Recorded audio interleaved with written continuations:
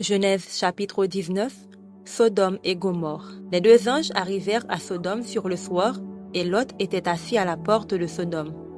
Quand Lot les vit, il se leva pour aller au-devant d'eux et se prosterna la face contre terre.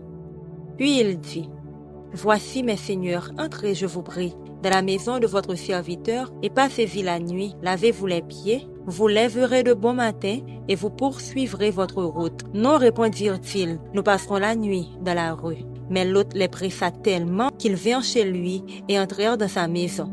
Il leur donna un festin et fit cuire des pains sans levain, et ils mangèrent. Ils n'étaient pas encore couchés que les gens de la ville, les gens de Sodome, entourèrent la maison, depuis les enfants jusqu'aux vieillards.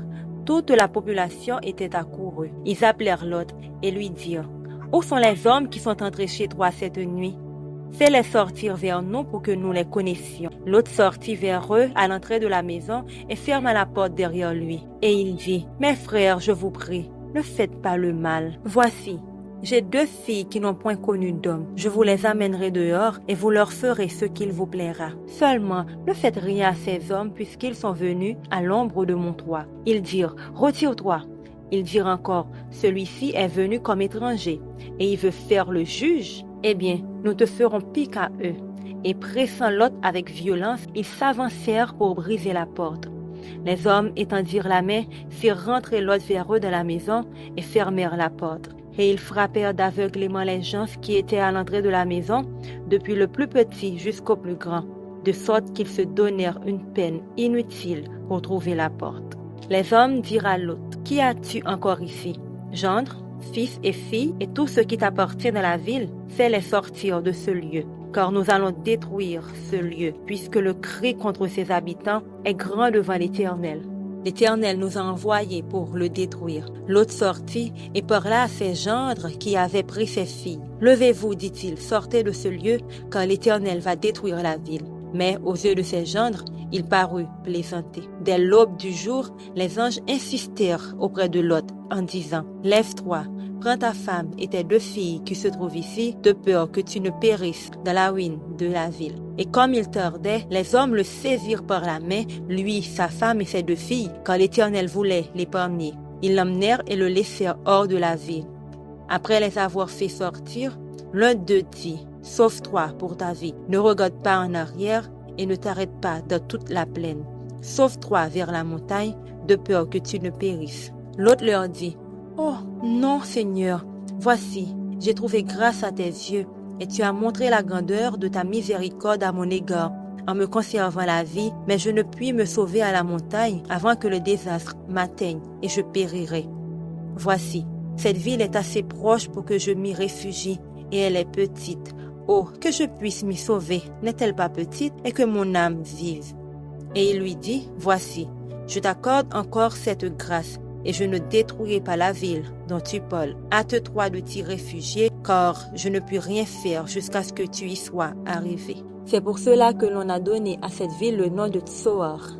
Le soleil se levait sur la terre lorsque Lot entra dans Tsoar. Alors l'Éternel fit pleuvoir du ciel sur Sodome et sur Gomorrhe du soufre et du feu de par l'Éternel. Il détruisit ces villes, toute la plaine et tous les habitants des villes et les plantes de la terre. La femme de Lot regarda en arrière et elle devint une statue de sel. Abraham se leva de bon matin pour aller au lieu où il s'était tenu en présence de l'Éternel. Il porta ses regards du côté de Sodome et de Gomorrhe et sur tout le territoire de la plaine, et voici, il vit s'élever de la terre une fumée, comme la fumée d'une fournaise. Lorsque Dieu détruisit les villes de la plaine, il se souvint d'Abraham et il fit échapper Lot du milieu du désastre par lequel il bouleversa les villes où Lot avait établi sa demeure.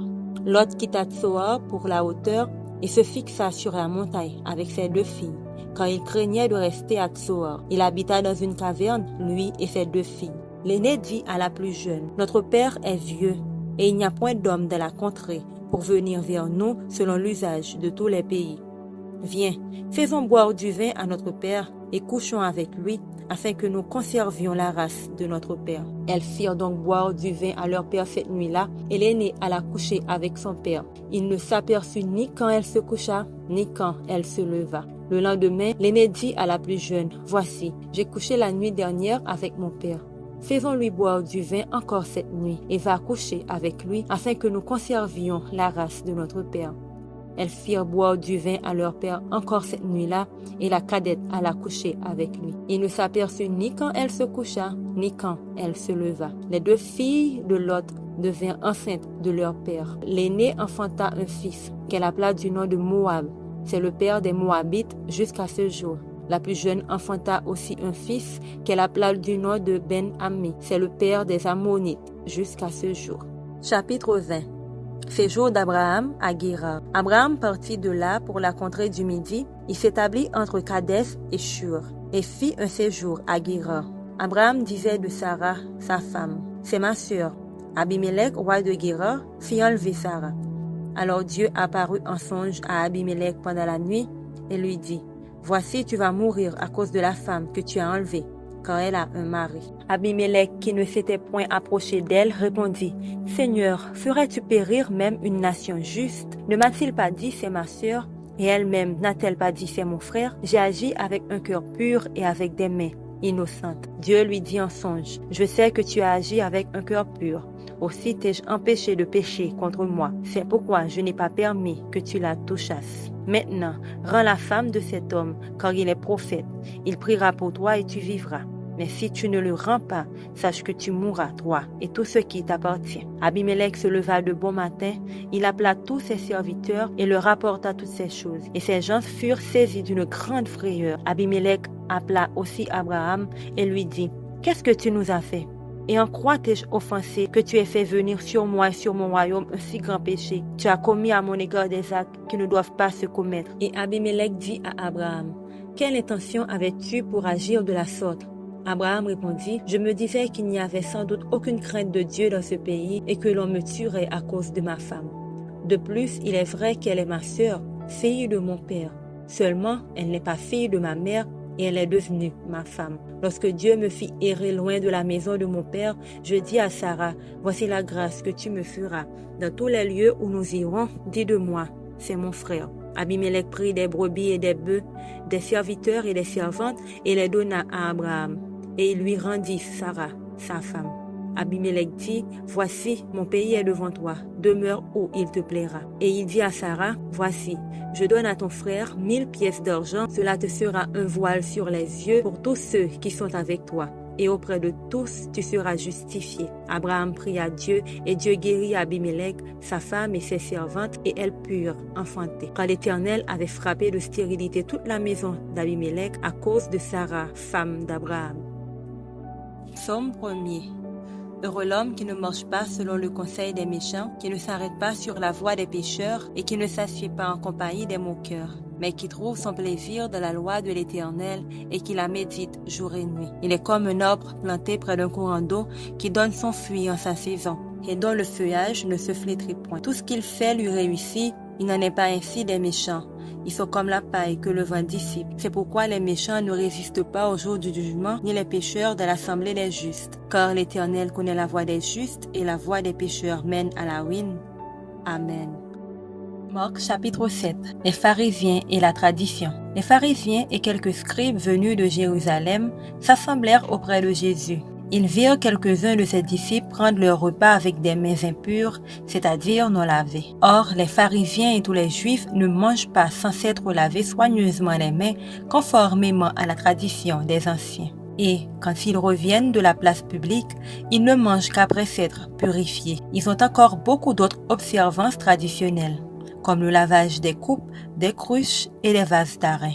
Et les pharisiens et les scribes lui demandèrent, « Pourquoi tes disciples ne suivent-ils pas la tradition des anciens, mais prennent-ils leur repas avec des mains impures ?» Jésus leur répondit, « Hypocrites, Ésaïe a bien prophétisé sur vous, ainsi qu'il est écrit, « Ce peuple m'honore des lèvres, mais son cœur est éloigné de moi. C'est en vain qu'il m'honore en donnant des préceptes qui sont des commandements d'hommes. Vous abandonnez le commandement de Dieu et vous observez la tradition des hommes. Il leur dit encore, vous anéantissez fort bien le commandement de Dieu pour garder votre tradition. Car Moïse a dit, honore ton père et ta mère, et celui qui maudira son père ou sa mère sera puni de mort. Mais vous, vous dites, si un homme dit à son père ou à sa mère, ce dont j'aurais pu t'assister est corban, c'est-à-dire une offrande à Dieu, vous ne le laissez plus rien faire pour son père ou pour sa mère, annulant ainsi la parole de Dieu par votre tradition que vous avez établie, et vous faites beaucoup d'autres choses semblables.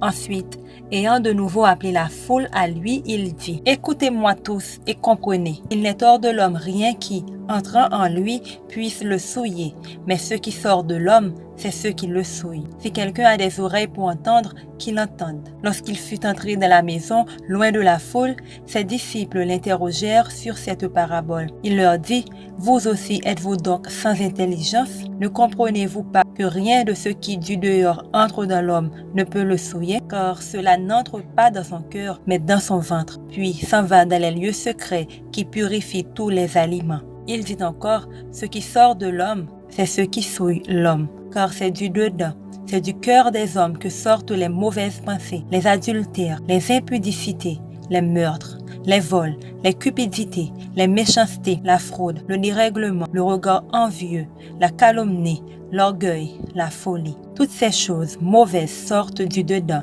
et souillent l'homme. Jésus, étant parti de là, s'en alla dans le territoire de Tyr et de Sidon. Il entra dans une maison, désirant que personne ne le sût, mais il ne put rester caché. Car une femme, dont la fille était possédée d'un esprit impur, entendit parler de lui et vint se jeter à ses pieds. Cette femme était grecque, syrophénicienne d'origine. Elle le pria de chasser le démon hors de sa fille. Jésus lui dit, « Laisse d'abord les enfants se rassasier, car il n'est pas bien de prendre le pain des enfants et de le jeter aux petits chiens. » « Oui, Seigneur, lui répondit-elle, mais les petits chiens sous la table mangent les miettes des enfants. » Alors il lui dit, « À cause de cette parole, va, le démon est sorti de ta fille. » Et quand elle rentra dans sa maison, elle trouva l'enfant couché sur le lit, le démon étant sorti.